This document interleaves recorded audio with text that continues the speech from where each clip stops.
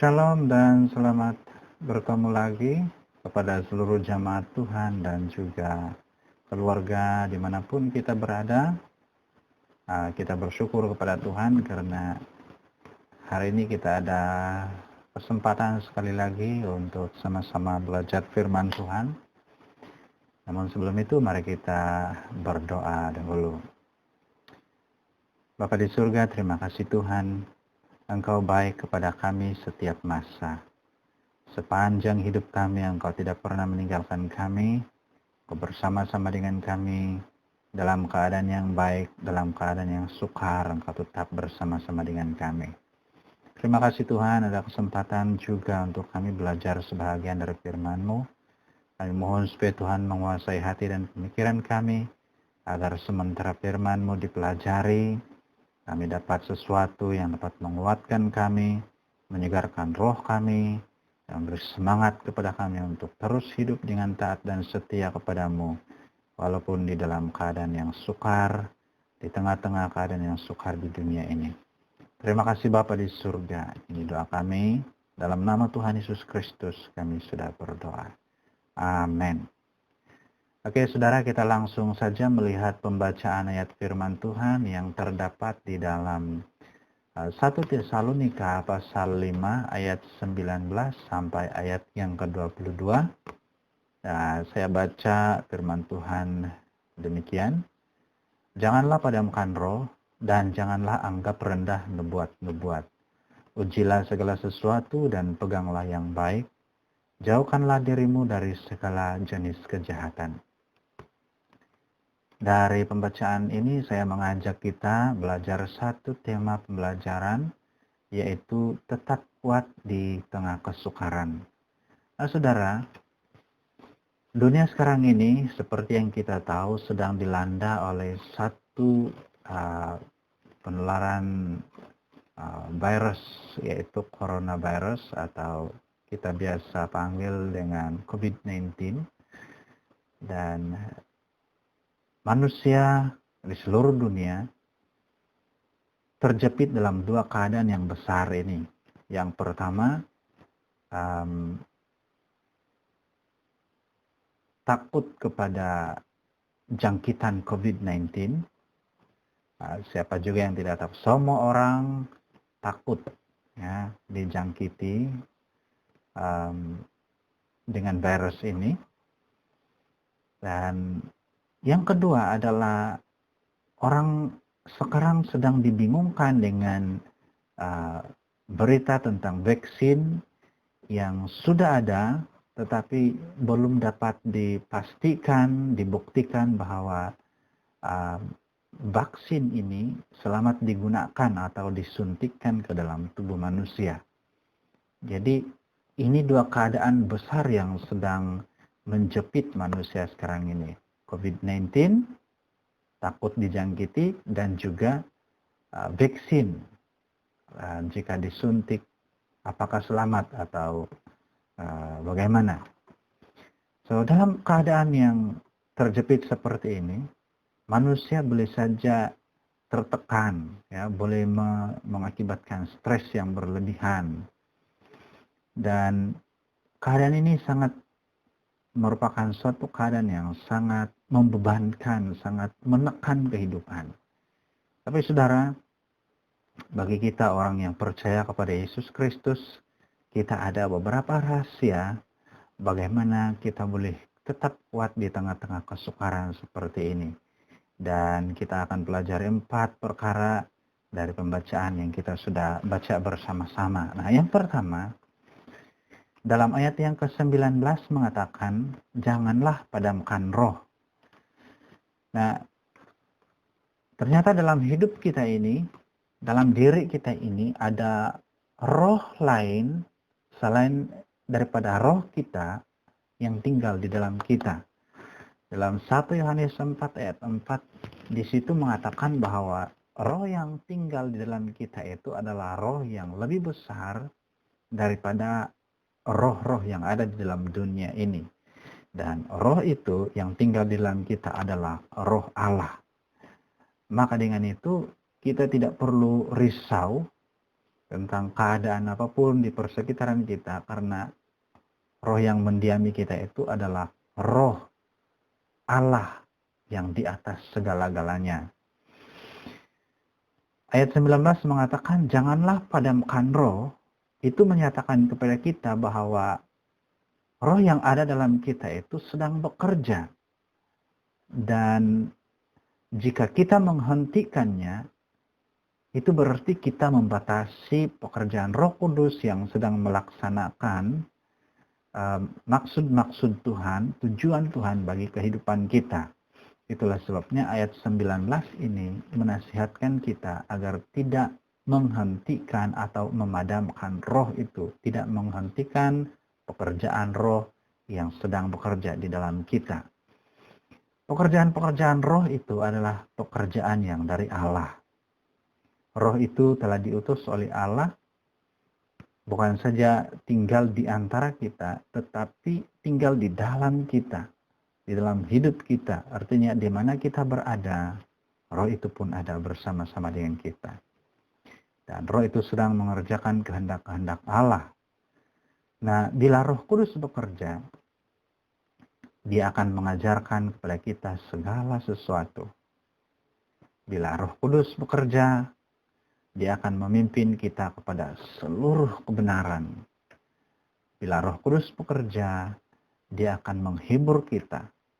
Dan bila Roh Kudus bekerja, Dia akan mengingatkan kepada kita tentang firman Tuhan yang pernah kita baca, yang pernah kita dengar, dan yang pernah kita pelajari. Dan apabila Roh Kudus bekerja, kita diberi kekuatan di saat kita menghadapi berbagai-bagai kesukaran, bukan saja kesukaran yang timbul dari COVID-19 yang sedang merebak sekarang ini, tapi kesukaran-kesukaran lain apapun yang akan kita hadapi. Nah, yang kedua, dalam ayat yang ke-20, ayat 20 mengatakan, dan janganlah anggap rendah nubuat-nubuat.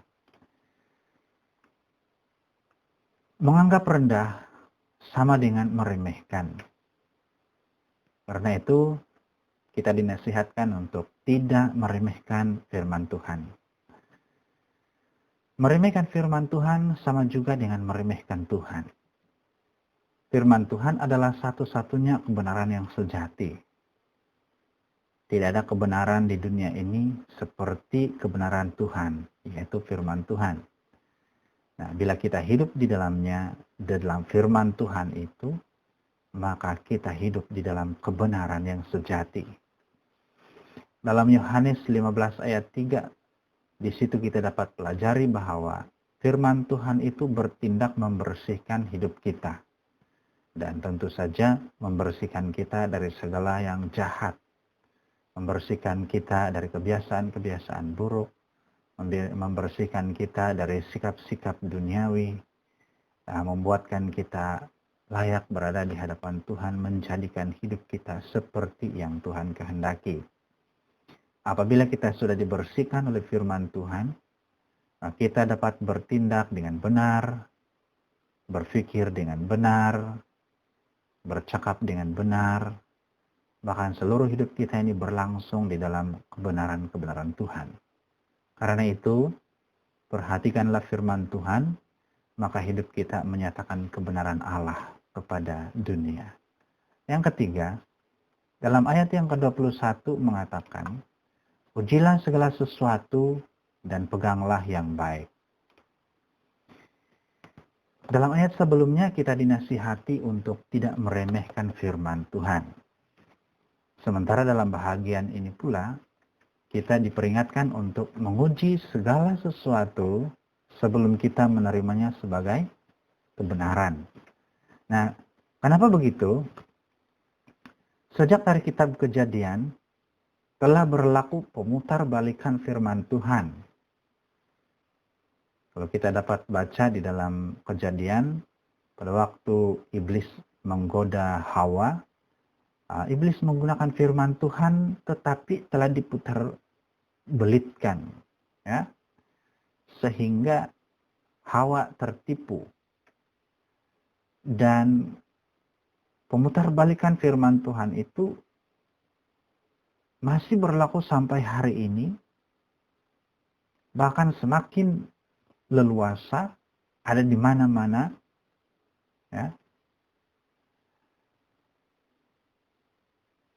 Dan itu akan berlangsung sampai Tuhan Yesus datang. Sampai Tuhan Yesus kembali ke dunia ini. Nah, itulah sebabnya kenapa kita perlu menguji segala sesuatu. Menguji pemberitaan-pemberitaan.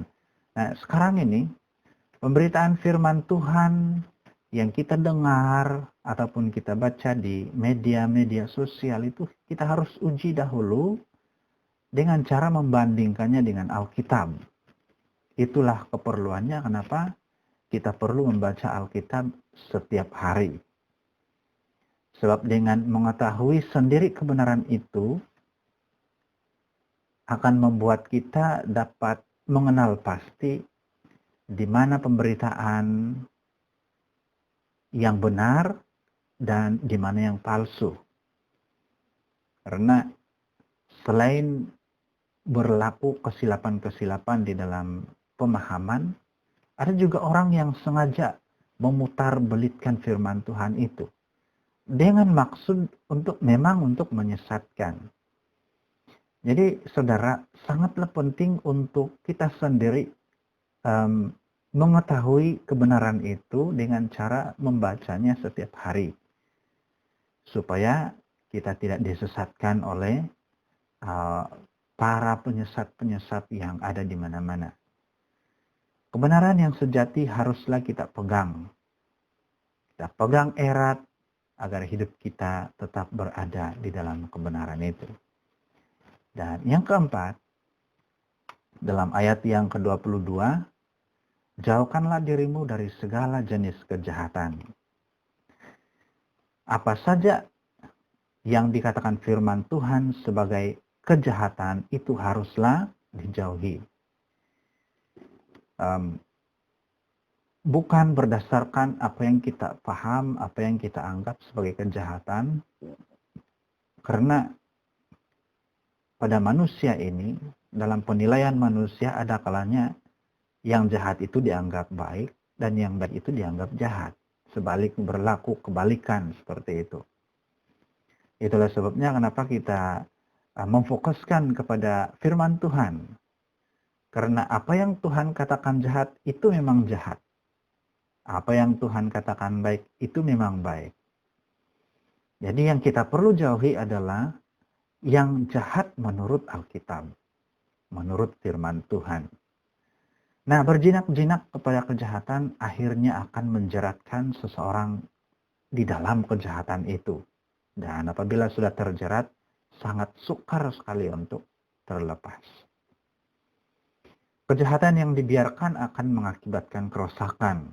Ya, bukan saja kerusakan pada tubuh jasmani, lebih-lebih lagi kerusakan kepada kehidupan rohani. Dan kita tidak mau itu berlaku karena kerusakan itu boleh memutuskan hubungan kita dengan Allah. Apabila hubungan kita dengan Allah terputus, kita tidak akan memiliki kekuatan lagi untuk berhadapan dengan dunia ini. Karena hanya dari Allah saja kita mendapat kekuatan yang mampu mengalahkan dunia. Nah, saudara, kita tidak tahu apa yang akan terjadi masa akan datang. Satu hal yang kita pasti adalah Tuhan tetap menyertai, Tuhan tetap melindungi, dan Tuhan tetap memberkati kita. Kekhawatiran, kegelisahan, dan ketakutan boleh saja terjadi bila-bila masa, terutama sekali dalam keadaan dunia sekarang ini. Tetapi bila kita melakukan firman Tuhan dengan taat dan setia, kita akan diberi kekuatan untuk menghadapi apapun situasi. Baik situasi yang kita sedang hadapi masa kini, ataupun situasi yang kita akan alami pada masa akan datang. Suatu hari nanti, mungkin kita akan berhadapan dengan keadaan sukar yang lain. Apabila kita tetap setia kepada Tuhan, situasi-situasi itu dapat kita hadapi dengan kekuatan yang dari Tuhan. Berharaplah hanya kepada Tuhan saja. Sebab Tuhan sajalah tempat kita, satu-satunya tempat kita berharap yang mampu memberi jaminan kepada kita untuk memberi pertolongan dalam setiap waktu. Dan Dia akan melakukan perkara-perkara yang indah di dalam kita. Kiranya kasih karunia Tuhan menyertai kita senantiasa seumur hidup kita, bahkan sampai Tuhan datang. Mari kita berdoa. Bapa di surga, terima kasih firman-Mu yang sudah kami pelajari bersama-sama. Kami tahu Tuhan bahwa ada kalanya kami akan berhadapan dengan keadaan yang membuatkan kami kehilangan kekuatan untuk bertahan, kehilangan kemampuan untuk bertahan. Tapi Tuhan, kami bersyukur karena dari firman-Mu kami diajar bagaimana harus tetap kuat. Dan tentu sekali bukan dengan kekuatan kami, tetapi dengan kekuatan Tuhan yang ada di dalam kami. Karena itu kami sangat bersyukur, karena kami tahu Tuhan, saat kekuatan kami habis, kekuatan Tuhan tetap bekerja. Itulah yang memberi kami kemampuan untuk tetap berdiri. Tuhan, biarlah firman-Mu yang kami sudah pelajari ini meresap di dalam jiwa kami, bahkan seluruh hidup kami. Dan inilah yang akan mempengaruhi kehidupan kami seluruhnya. Sehingga dimanapun kami berada, kami menyatakan Yesus Kristus kepada dunia ini. Sehingga nama Tuhan ditinggikan dan ramai yang diberkati. Terima kasih Tuhan, ini doa kami. Dalam nama Tuhan Yesus Kristus kami sudah berdoa. Amin. Terima kasih karena sudah mendengarkan. Tuhan Yesus memberkati kita.